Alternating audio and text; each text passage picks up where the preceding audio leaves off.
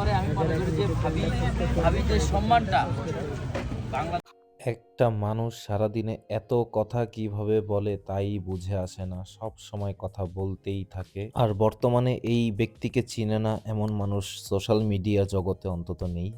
আর তার এই বিখ্যাত কেকগুলো তো আছেই। তো সেদিন তার এই ভাইরাল কেক খেতে গিয়েছিলাম আগারগাঁওয়ে। একবার দেখেন তো কেকটা কি পরিমাণে ফুড কালার ইউজ করা হয়েছে। তারপরে আবার একটা স্ট্রবেরি ৪ ভাগের ১ ভাগ দিয়ে বলতেছে স্ট্রবেরির কেজি নাকি ৳২,০০০। সে যাই হোক, কেকটা যদি খেতে একটু ভালো হতো তাহলেও মানা যেত।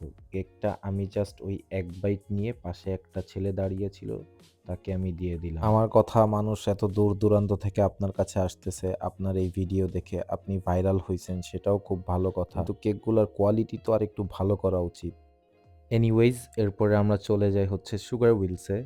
তাদের কেকগুলো বেশ ভালো লেগেছে। তিরামিসুতে ক্রিম চিজের ফ্লেভারটা খুব ভালো মতোই বোঝা গিয়েছে এবং সবচেয়ে ভালো লেগেছে তাদের এই সল্টেড ক্যারামেলটা। এটার দাম নিয়েছিল ৳২০০ এবং এটা খেতে বেশ সুস্বাদু ছিল। আর রিসেন্টলি তারা আরো একটা নিউ আইটেম লঞ্চ করেছে। দেখলাম হচ্ছে ক্রিম অফ ব্রুলি কেক। এই কেকটা আমার কাছে বেশ ইউনিক লেগেছে। আর হ্যাঁ, বলা যায় যে এটা একটা মাস্ট ট্রাই আইটেম। আপনি একবার খেয়ে দেখতেই পারেন। তবে আমাদের আসলে ঐদিনকার যাত্রা আগারগাঁওয়ে ছিল মূলত তাদের হচ্ছে তিরামিসুগুলো ট্রাই করার জন্য।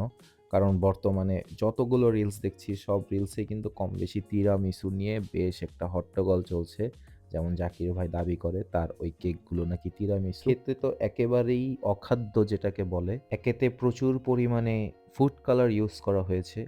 সে দাবি করবে যে সেগুলো ফুড গ্রেড কালার। তারপরেও তো প্রতিটা জিনিসের একটা লিমিটেশন থাকা দরকার। তারপরে প্রচুর পরিমাণে হচ্ছে ভ্যানিলা এসেন্স ইউজ করা হয়েছে যে ফ্লেভারটা একদমই যাচ্ছিল না কেকটার সাথে। তো যাই হোক, কিছু খারাপ দিক রেখে যদি কিছু ভালো দিকের কথা বলি তবে আসতে হবে এই তিরামিসুটার কাছে। দোকানের নামটা আমার সঠিক খেয়াল নেই, তবে যিনি বিক্রি করছিলেন তার নাম হচ্ছে শাকিল ভাই। শাকিল ভাইয়ের এই তিরামিসুটা সত্যি আমি বলব যে আগারগাঁওয়ের one of the best tiramisu এবং আমার লাইফে খাওয়া অন্তত স্ট্রিটের মধ্যে one of the best tiramisu. এই তিরামিসুটা ৳২০০ করে দাম নিয়েছিল এবং খেতে খুবই ভালো ছিল। এত পরিমাণে মিষ্টি খাওয়ার পর চলে যাই হচ্ছে হাঁস খেতে। তো হাঁসের জন্য আগারগাঁওয়ে বর্তমানে বেশ কিছু দোকান ভাইরাল হয়ে গিয়েছে। তার মধ্যে একজন হচ্ছে সিমি আপু আর আরেকজন হচ্ছে এই আসমা আপু।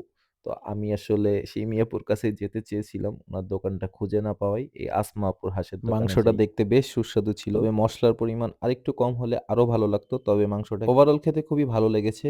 সাথে ছিল এই খোলা জালের পিঠা। এটা দিয়ে খেতে ওভারঅল ভালোই লেগেছে আমার কাছে। এটা একবার ট্রাই করে দেখতেই পারেন। পরিশেষে আমি কারোই খারাপ বলব না। জাকির ভাইকেও ধন্যবাদ। তার কারণেই আগারগাঁও এতটা ভাইরাল হয়েছে। তবে জাকির ভাইকে আমি অনুরোধ করব তার কেকের কোয়ালিটি যদি আরেকটু ভালো করতে পারে। জানি না আমার এই ভিডিও দেখবে কিনা, তাহলে বেশ খুশি হব।